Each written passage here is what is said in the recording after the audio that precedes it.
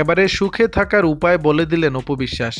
Dhallywood queen Apu Biswas বর্তমানে অভিনয়ের পাশাপাশি প্রতিনিয়ত কাজ করছেন মডেলিংয়ে, যুক্ত রয়েছেন ব্যবসায়।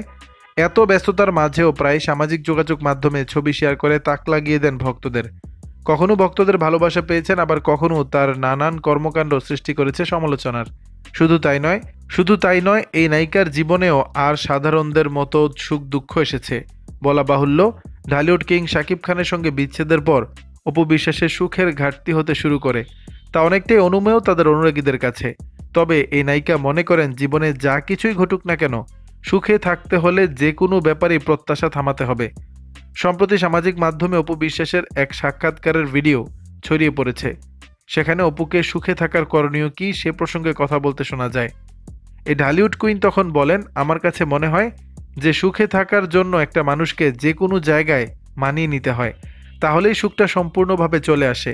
প্রত্যাশাটা না বাড়িয়ে কিংবা প্রত্যাশাটা না রাখাই ভালো।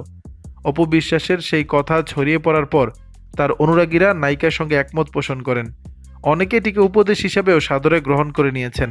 2006 সালে কোটি টাকার কাবিন দিয়ে ঢালিউডে পরিচিতি পান অপু বিশ্বাস।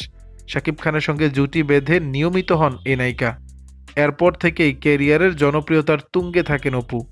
2017 পর্যন্ত শাকিব খানের সঙ্গে জুটি বেঁধে 72টি চলচ্চিত্র মুক্তি পায় অপু বিশ্বাসের। দর্শক, বিষয়টি নিয়ে আপনাদের মতামত জানাবেন নিচের কমেন্ট বক্স।